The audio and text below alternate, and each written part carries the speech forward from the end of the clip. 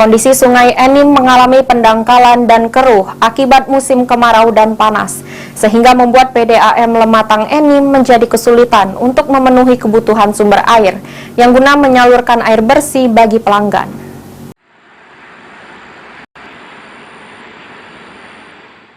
Dalam kurun waktu beberapa bulan terakhir, musim kemarau telah masuk, sehingga berdampak dengan pendangkalan air Sungai Enim dan Lematang yang merupakan sumber bahan baku pokok PDAM Lematang Enim untuk memproduksi air bersih.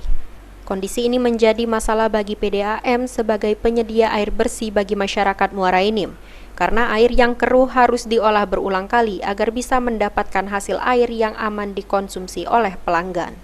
Direktur Utama PDAM Lematang Enim, Sartono, menyatakan, PDAM berusaha keras memproduksi air bersih dengan kualitas air Sungai Enim yang sedang dangkal dan keruh, karena volume air yang berkurang membuat produksi sedikit menurun.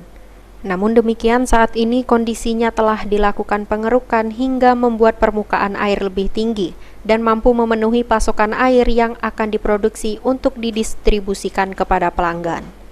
Ini kami dapat dikatakan dalam titik aman karena kami sudah mengadakan pengerukan di Sungai Lematang, namun ada sedikit debit yang agak berkurang, tapi insya Allah titik aman untuk saat sekarang.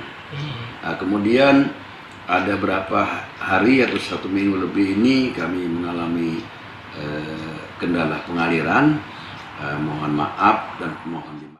Atas kondisi ini, PDAM Lematang Enim meminta maaf ke masyarakat dan pelanggan karena pendistribusian air bersih kurang optimal akibat banyaknya kendala yang dihadapi PDAM. Mardiansyah, PAL TV.